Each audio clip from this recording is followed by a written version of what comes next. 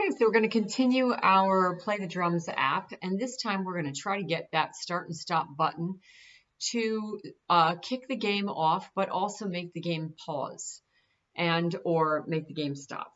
So when we first come in, we know that when we click this green flag, it sets the timer to 5, and we can immediately start playing, and then we get some points here in the end. This is a little hard on your user because your user often wants to come into your game and they want to kind of orient themselves to what's happening here and then decide that they are ready to start the game after they see the screen. And if they come in and immediately the game just starts playing by itself, it's a little scary. It doesn't feel comfortable to the user. So you want them to come in, click the green flag to get all the variables reset, and then you want them to decide that they are ready to play the game with this start button. By having this start button down here, it also makes it possible for them to stop the game in the middle, pause the game, and we'll see how we can do both of those things. So first things first. The start button itself, we said when this start button is clicked, we're going to broadcast the word start so that the drum can hear it. And we're going to switch its costume to stop. And then when we came over to the drum, we wanted to make this start message kick off this reset routine. The only problem we have right now is that when we start this game right now, and hit the green flag, it immediately starts going. So we don't want that reset to happen. And as a matter of fact, we would like these variables to just be blank. So we're going to go right up here to this green flag being set, and we're going to get rid of this connection here to the clock. We're not going to reset the clock, and we're going to set the timer to 0. And this way, when the user comes in, they won't be able to earn any points because there's no time left on the clock. And the clock is not running. And it's only when this start message is received that the clock then turns on. It sets it to 5 seconds, it turns on, and it goes. So now let's test that without the green flag, without the green flag turned on. We click the green flag, nothing happens here. We click the start button, and now our timer is going to tick down, and now we can play the game. And then it says you got 20 points. I get 20 points a lot. So that works really well. So let's try that one more time. Oh, sadly, I hit that stop button. When I hit the stop button, it turned the clock back on. That was odd. I want to stop it in the middle, and the only thing stop does is it just keeps resetting the timer to 5. It doesn't actually stop the game. So there is a way to get this game to stop, and we want to take a look at that now. The first thing we're going to want to do when we create a toggle button is we made the button be able to go in one direction, but we want to make the button be able to go in the other direction. So we're going to need some sort of if block when we look at this toggle button. We're going to need to know, where am I?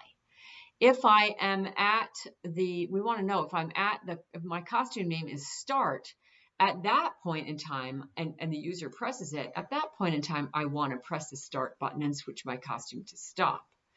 If my costume is the opposite, though, I want to do the opposite. So this code, I want to duplicate this code here.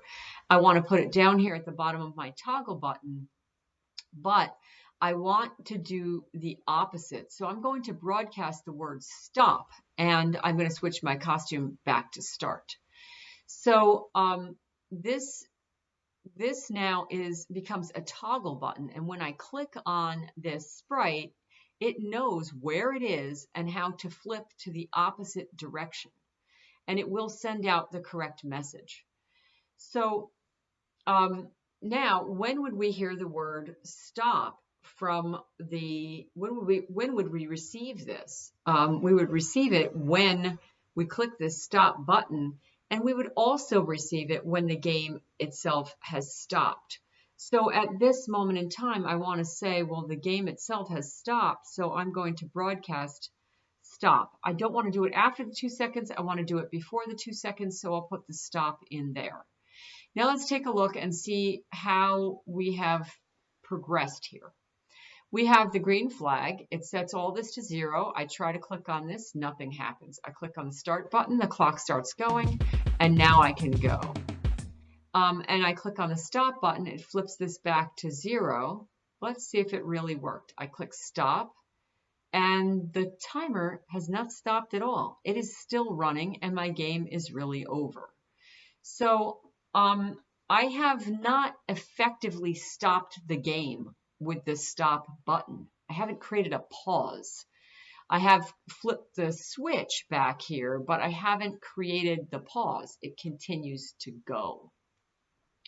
So to solve this problem, we really need the other screen to know that the costume here is set to the stop button has been pressed.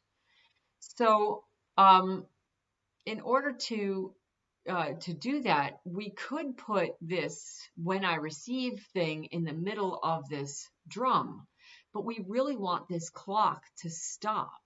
And so we're in the middle of a function here. We're trying to get it to receive some stop message in the middle of this function, and that's not going to work well. If we're trying to get the function to be able to sense that something's happened, we really need a variable. So we're going to create another variable, and this variable is going to be called playing. And when the game first starts, we're going to set the playing variable to false. And we're going to say we're not yet playing. And then we're going to be able to read that right in the middle of the clock, and it will stop the timer.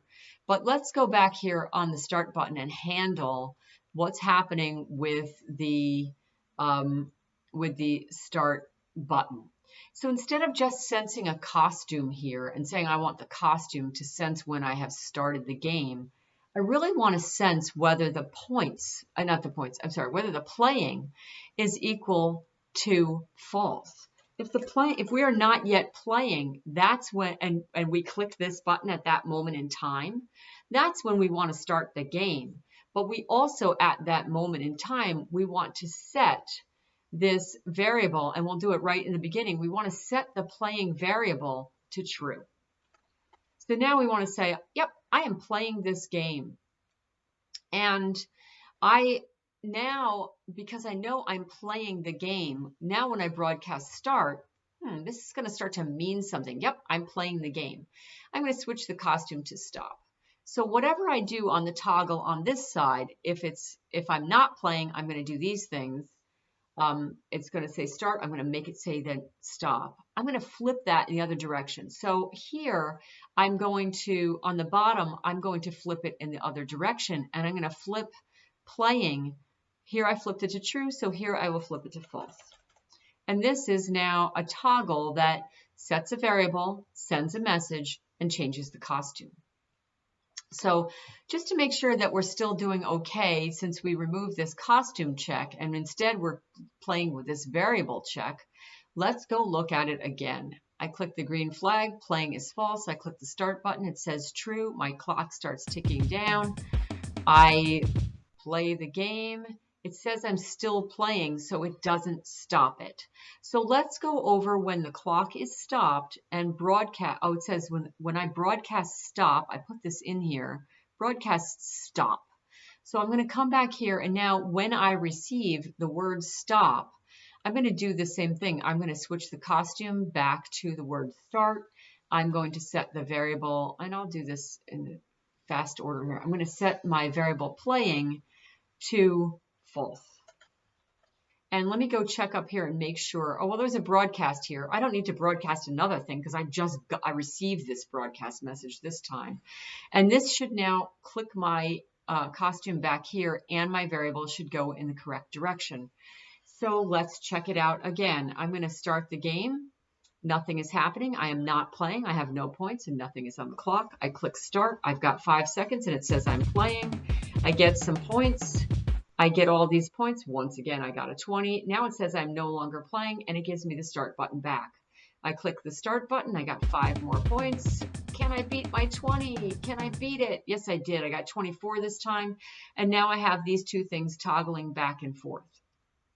So that's pretty awesome. Now let's try one more thing to completely up the ante on this button.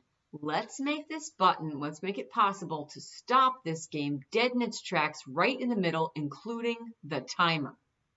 How do we make that work?